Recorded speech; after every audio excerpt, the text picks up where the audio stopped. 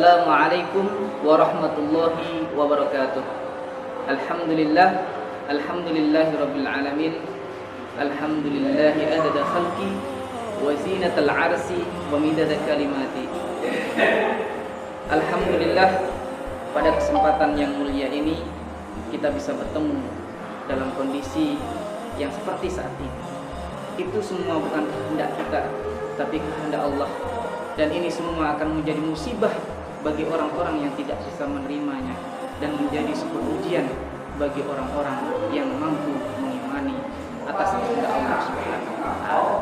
Selawat dan salam semoga senantiasa tercurahkan kepada junjungan kita Nabi Agung Muhammad sallallahu alaihi wasallam, seorang yang kita nanti-nantikan pertemuannya, yang selalu kita berdoa kepada Allah agar ditetapkan keistiqomahan dalam hati kita untuk mencintainya sebagaimana Ia mencintai kita semua.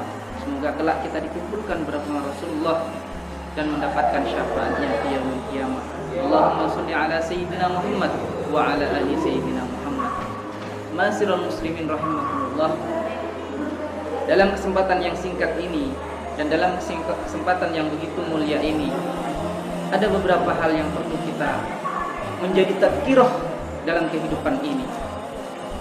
Banyak nikmat yang telah diberikan oleh Allah Subhanahu wa taala, baik itu nikmat yang tampak maupun nikmat yang tidak tampak, nikmat yang zahir maupun nikmat yang batin.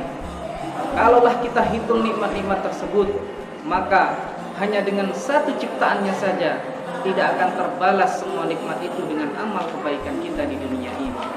Ma'asyiral muslimin rahimakumullah. Di antara nikmat-nikmat tersebut adalah nikmat lisan. Lisan ini bisa menjadi sebuah ajang untuk menuju kita, menuju jalan Allah, menuju mendekatkan diri kepada Allah, menjadi ajang untuk berdakwah, menyebarkan agama Allah. Tetapi perlu diingat, dengan lisan ini juga kita mampu menghancurkan segala sesuatu. Masihkah kita ingat Irak menjadi korban dari sebuah lisan? Hanya dengan informasi yang tidak jelas bahwa di Irak ada senjata pemusnah massal, maka hancurlah, luluh lantahlah berapa ribu manusia yang menjadi korban atas dasar lisan kita. Ma'asyiral muslimin rahimakumullah, perlu kita ketahui, Allah menciptakan lisan ini adalah dengan 4 tujuan, sebagaimana yang disampaikan oleh Imam Abu Hamid Muhammad bin Muhammad Al-Ghazali dalam kitabnya Bidayatul Hidayah. Ada 4 tujuan diciptakan lisan ini oleh Allah Subhanahu wa taala. Yang pertama adalah untuk memperbanyak zikir kita kepada Allah Subhanahu wa taala. Bukankah Allah sudah memerintahkan kita agar kita selalu mengingatnya qiyaman wa qu'udan, dalam kondisi duduk maupun berdiri. Dalam riwayat lain dikatakan bahwasannya kita harus mengingat Allah dalam kondisi apapun, dalam kondisi bekerja, istirahat, akan tidur, sedang bermain, dalam perjalanan, kita harus selalu mengingat Allah Subhanahu wa taala. Oleh karena itu, kita gunakan lisan ini untuk selalu berzikir kepada Allah Subhanahu wa taala. Bukankah zikir adalah benteng paling kuat untuk diri kita? Ma'asyiral muslimin rahimakumullah. Ada tujuan yang kedua adalah untuk membaca Al-Quran. Al-Quran adalah kitab utama, kitab yang membawa kita untuk menuju jalan Shiratal Mustaqim, untuk menuju kepada Allah. Agar kita tidak tersesat, maka kita harus memahami Al-Quran. Oleh karena itu lisan diciptakan adalah tujuan diantaranya adalah untuk memperbanyak Al-Quran. Al-Quran mempunyai mukjizat yang sangat luar biasa. Membacanya penuh dengan pahala. Tanpa kita memahami arti dan tujuannya, membacanya saja kita sudah mendapatkan pahala. Bahkan dikatakan dalam setiap satu hurufnya itu ada satu kebaikan. Bayangkan ketika kita hendak melakukan kebaikan, betapa prosesnya panjang sekali untuk mendapatkan satu kebaikan. Tapi Allah mempermudahnya, hanya dengan satu huruf kita mendapatkan satu kebaikan. Luar biasa. Bahkan Rasulullah SAW berfirman, khairukum man ta'allama al-Qur'ana wa 'allamahu. Sebaik-baik di antara kalian adalah yang membaca Al-Quran dan mengamalkannya.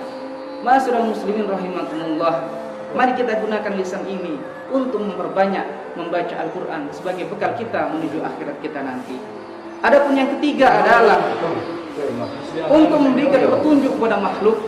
Dalam hal ini berarti kita menjadi seorang dai yang mempunyai tugas untuk menyampaikan kebaikan-kebaikan yang ada dalam wahyu Allah, untuk menyampaikan petunjuk-petunjuk yang ada dalam wahyu Allah, agar kita bisa sama-sama berada dalam jalan Allah Subhanahu wa taala. Adapun yang keempat adalah menyampaikan kebutuhan agama dan dunia kita. Dalam kehidupan ini kita membutuhkan lisan untuk berkomunikasi. Dalam kehidupan ini kita membutuhkan lisan untuk bekerja. Dalam kehidupan ini kita membutuhkan lisan untuk saling memahami antara satu dengan yang lain. Oleh karena itu, lisan harus membawa dunia kita menuju akhirat kita, membawa dunia kita sebagai bekal akhirat kita. Ma'asyiral muslimin rahimakumullah. Kalaulah kita tidak bisa menjalankan lisan kita, menggunakan lisan kita untuk empat hal tersebut, maka kita menjadi orang-orang yang telah disesatkan oleh lisan kita sendiri. Kalaulah kita tidak bisa menggunakan lisan kita untuk empat hal tersebut, maka sebenarnya kita sudah tersesat dengan lisan kita sendiri. Kita telah membawa lisan kita menuju jalan yang tersesat, yaitu jalan yang menunjukkan kita kepada neraka Allah Subhanahu wa taala. Ma'asyiral muslimin rahimakumullah. Allah berfirman, Ya ayyuhalladzina amanu taqullaha wa qulu qawlan shadida.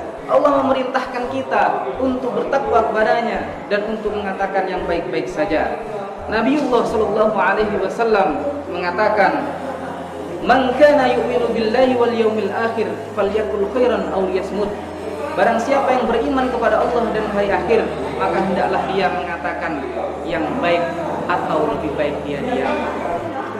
Oleh karena itu, ma'asyiral muslimin rahimakumullah, kita dianjurkan untuk selalu berbicara yang baik-baik, untuk selalu menyampaikan yang baik-baik, menggunakan lisan kita sesuai dengan 4 kriteria yang telah disampaikan tadi, agar kita benar-benar bisa mendapatkan rahmat Allah Subhanahu wa taala dengan lisan kita.